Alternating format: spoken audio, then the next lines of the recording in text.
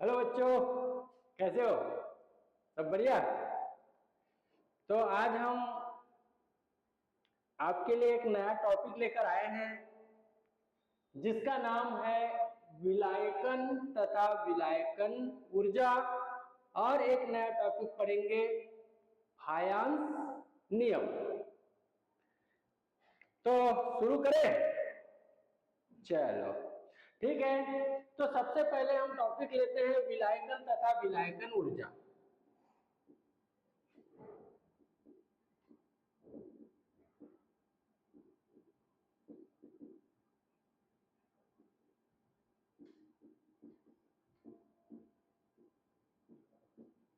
ठीक, विलायकन तथा विलायकन ऊर्जा। तो विलायकन क्या होता है?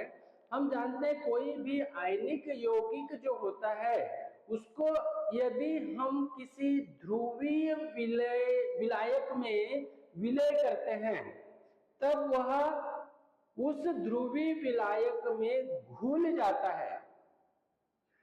इस घुलने की क्रिया को ही हम क्या कहते हैं? विलायकन कहते हैं। जैसे सोडियम क्लोराइड ले लिए।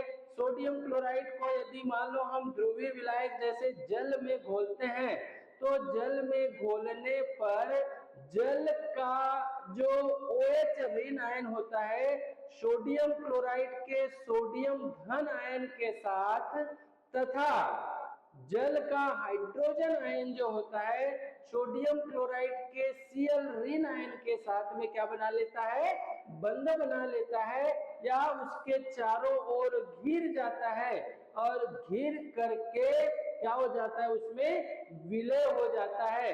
तो इस प्रकार किसी आयनिक यौगिक का किसी ध्रुवीय विलायक में विलय हो जाने की प्रक्रिया को ही हम क्या कहेंगे? विलायकन कहते हैं। चूंकि इस विलायकन की क्रिया में कुछ ऊर्जा मुक्त होती है या ऊर्जा की आवश्यकता होती है, ऊर्जा की मात्रा को ही हम विलायकन ऊर्जा कहते हैं। समझ में आ गया? विलायकन क्या होता है? विलायकन या इसको अपन विलयता भी कह सकते हैं। विलायकन का मतलब ही होता है जब किसी ध्रुवीय विलायक में किसी यौगिक को या आयनिक यौगिक को घोला जाता है या विलय किया जाता है तब उसमें विलय हो जाता है। इस प्रकार विलय होने की जो प्रक्रिया होती है उसे ही हम विलायकन कहते हैं। चूंकि इस प्रक्रिया में कुछ ऊर्जा रिलीज होती है या आवश्यक होती है, इस ऊर्जा की मात्रा को हम विलायकन ऊर्जा कहते हैं। जैसे एग्जाम्पल के रूप में NaCl को यदि मान लो हम क्या करते हैं? जल में घोलते हैं तो जल का आयनन यदि हम करते हैं तो एक आयन में टूटेगा H धन आयन और OH ऋण आयन में टूट जाएगा। उसी प्रकार NaCl जो है इसका आयनन करने पर ये Na धन आयन प्लस Cl ऋण आयन में टूट जाएगा। तो विलायकन होने के लिए क्या होता है? जैसे मान लो हम ये Na प्लस चार्ज लिए, कौन सा प्लस चार्ज है? Na plus charge. ये Na प्लस चार्ज के चारों ओर क्या होता है? जल के अणु घूम ऐसे घिर जाते हैं। तो ये धन है तो धन के यहाँ पर क्या आ जाएगा? ऋण आ जाएगा और इधर प्लस आ जाएगा। यहाँ पर वैसे ही ऋण इधर धन, यहाँ पर ऋण इधर धन, यहाँ पर ऋण और इधर धन। इसी प्रकार सेम टू सेम यदि मान लो हम यहाँ पर क्या लेते हैं? एक Cl ऋण आयन ले लेते हैं तो Cl ऋण आयन के चारों ओर भी जल के अणु घूमेंगे, लेकिन जस्ट इसकी विपरीत प्रक्रिया होगी। यहाँ पर धन आ जाएगा पास में और दूरस्थ सिरा जो होगा वो क्या होगा? ऋणात्मक होगा। ये जल का अणु, ये H2O का अणु है और यहाँ पर ये Cl ऋण आयन है। NaCl से क्या लिया हमने? Cl ऋण आयन। और जबकि यहाँ पर Cl ऋण आयन और ये क्या होता है? Na धन आयन है। तो इस प्रकार ये क्या हो जाता है? एक दूसरे में विलय हो जाते हैं। जो अध्रुवीय विलायक होते हैं, अध्रुवीय विलायक में विलयता नहीं पाई जाती या उसमें विलय करने की क्षमता नहीं होती है। अब हम ये देखते हैं कि यहाँ पर ये विलायक और विलायकन ऊर्जा तो ये विलायक और विलायकन ऊर्जा जो होती है ये किन किन कारकों पर निर्भर करती है? तो कारकों पर निर्भर करती है, पहला होता है जालक ऊर्जा। जालक ऊर्जा पहला विलायक तथा विलायकन ऊर्जा जालक ऊर्जा पर निर्भर करती है। जालक ऊर्जा का मान किसी भी विलय के लिए जालक ऊर्जा का मान जितना कम होगा विलयता उतनी ही अधिक होगी, क्योंकि क्रिस्टल ऊर्जा जालक, यदि मान लो जालक ऊर्जा का मान कम होता है तो उसकी विलयता या विलायकन जो होगी वह क्या होगी? अधिक होगी। तो अधिक होने पर उसमें ऊर्जा कम रिलीज होगी। दूसरा चीज होता है विलायक ऊर्जा।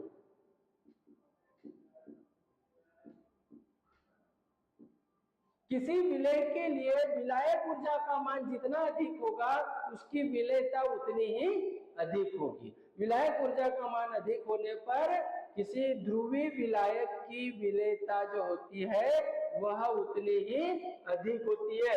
तीसरा चीज होता है परावैद्युतांक।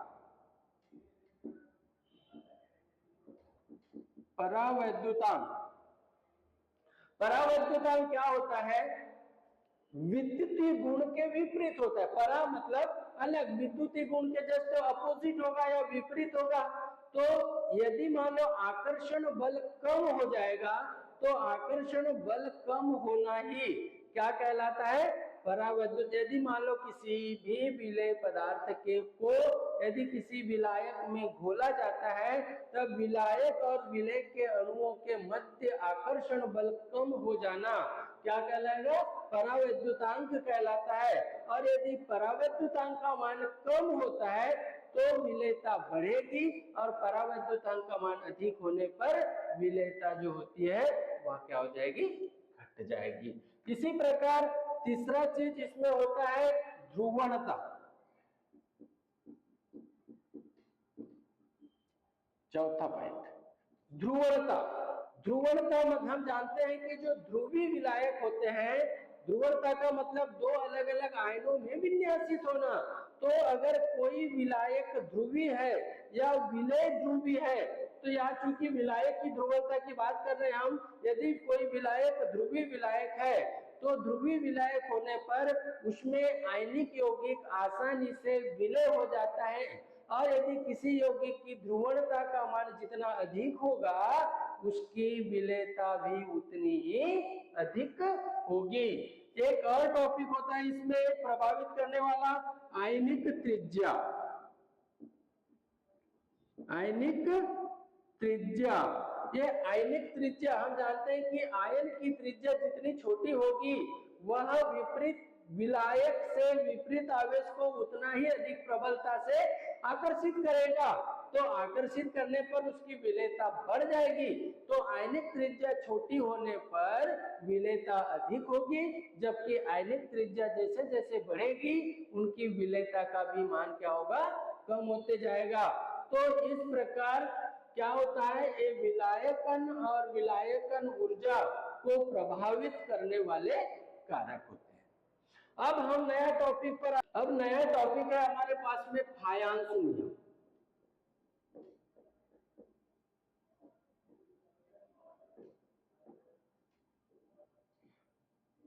फायांस नियम। अब ये फायांस नियम क्या होता है? हम जानते हैं कि कोई भी यौगिक जो होता है वो 100% आयनिक नहीं होता, ना ही उसमें 100% सहसंयोजक लक्षण होते हैं। मतलब किसी आयनिक यौगिक में सहसंयोजक लक्षण विद्यमान होंगे और यदि कोई यौगिक सहसंयोजक है तो उसमें निश्चित ही आयनिक लक्षण होंगे। तो किसी भी यौगिक में उपस्थित आयनिक लक्षणों को या आयनिक गुणों को या किसी आयनिक यौगिक में सहसंयोजक गुण या सहसंयोजक यौगिक में आयनिक गुणों की व्याख्या करने के लिए सन 1924 में फायांस ने एक नियम प्रतिपादित किया था जिसे फायंस का नियम कहते हैं। इस फायंस के नियम को हम अलग अलग या इसकी निर्भरता के आधार पर हम इसको स्पष्ट कर सकते हैं कि किन किन कारकों के कारण आयनिक यौगिकों में सहसंयोजक गुण या सहसंयोजक यौगिकों में आयनिक गुण आ जाते हैं या उत्पन्न हो जाते हैं। तो पहला कारक होता है छोटा केटायन, छोटा केटायन तथा बड़ा एनायन।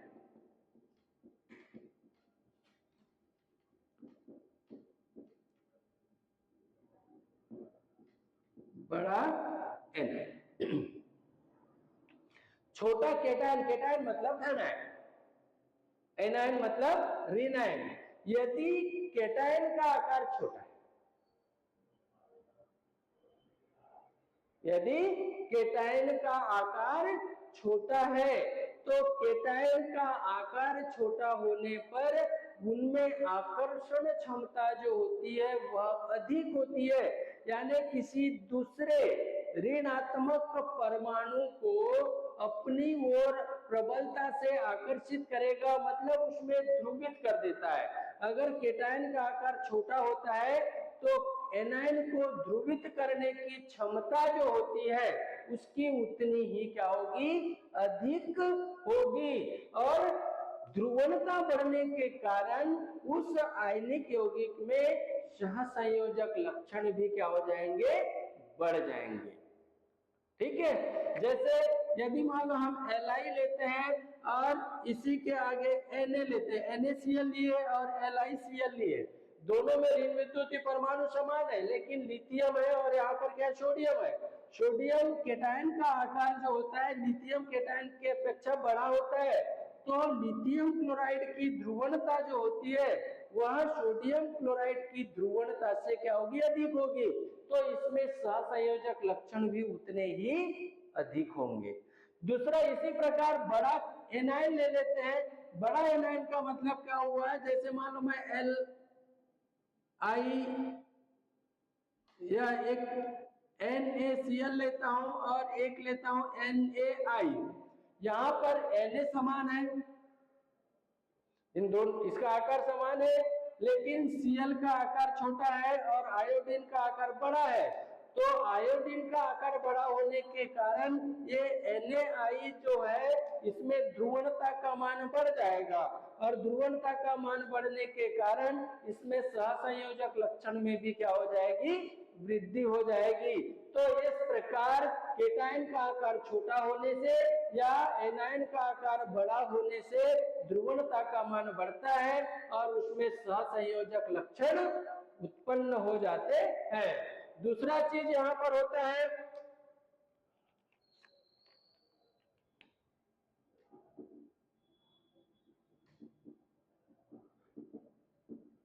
उच्च आवेश।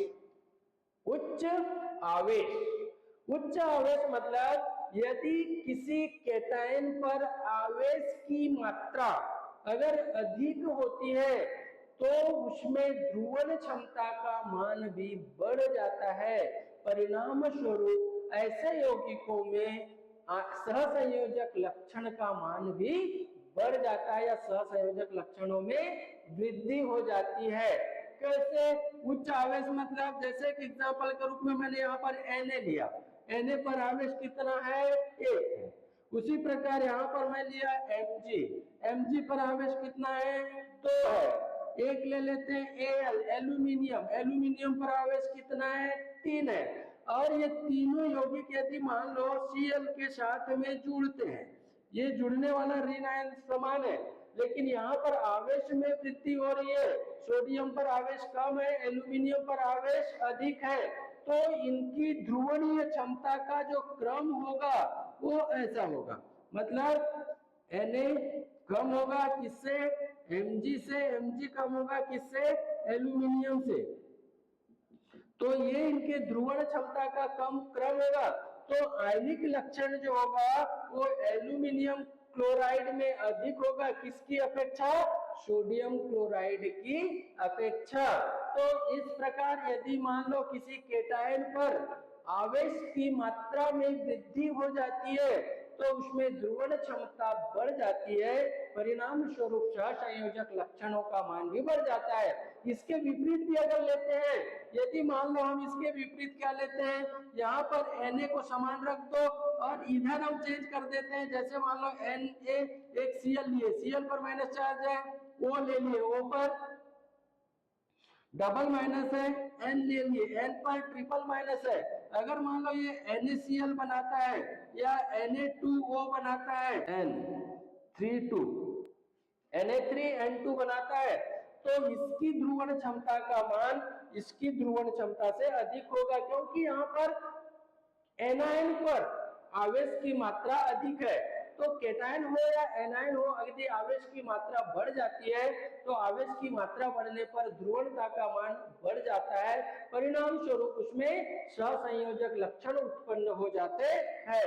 तीसरा चीज इसमें होता है इलेक्ट्रॉनिक विन्यास। इलेक्ट्रॉनिक विन्यास से तात्पर्य यह है, यदि किसी यौगिक का इलेक्ट्रॉनिक विन्यास 2-8 और किसी एक यौगिक का विन्यास 2-8 और 18,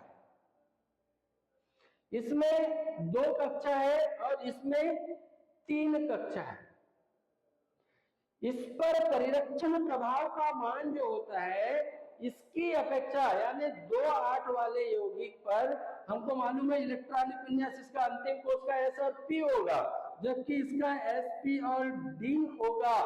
तो परिरक्षण प्रभाव जो होता है 2-8 वाले का 2-8-18 की अपेक्षा अधिक होगा, जिसके कारण क्या हो जाएगा, किसी